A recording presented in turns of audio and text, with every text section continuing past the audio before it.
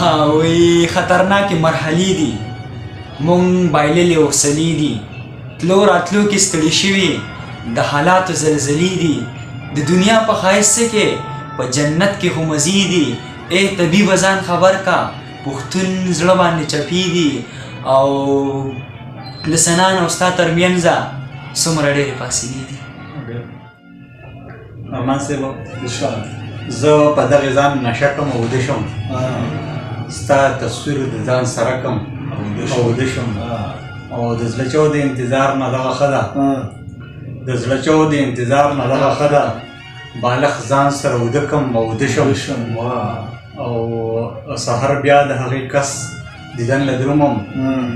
سحر بیا د هغې کس دیدن له درومم چې ماښام ترېنه توبه کم او وده شم.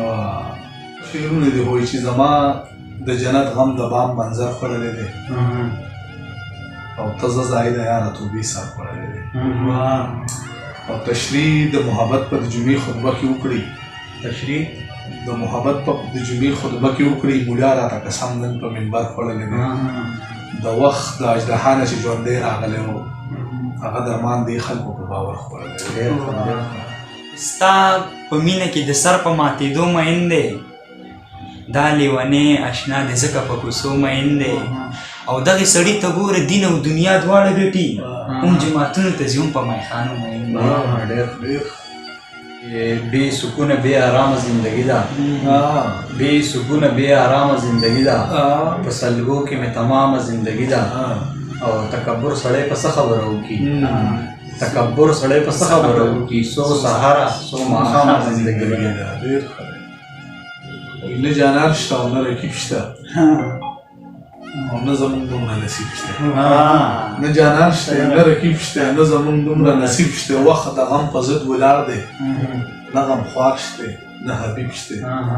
نه خو اوس به مې یار راشي او نه امکان سان قریب شته او د زخمونو خولې کلاو دي نه درمان شته او نه طبیب شته زمانې ته او زما کردار ته ګوره په ستار کې یو بېسوره تار ته ګوره او درمان صاحب د راتللو غږ دې دومره وارخطا کړم دې زما دل بدل پیزار ته ګوره ډېر ښه دی وایي ما نه په مور وکړو چا سوال خدایه ما ورله ورکړو ستا مثال خدایه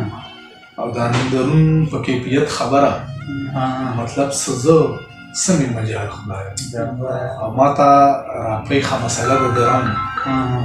ای د یوسف ای د بلال خدایه ډېر ښه دی دا شعر بیا ووایه ما ته د اندرون په کیفیت خبره مطلب څه زه څه مې مجال خدایه او ما ته راپېښه مسله د درم ای د یوسف ای د بلال خدایه ډېر ښه شعر دی.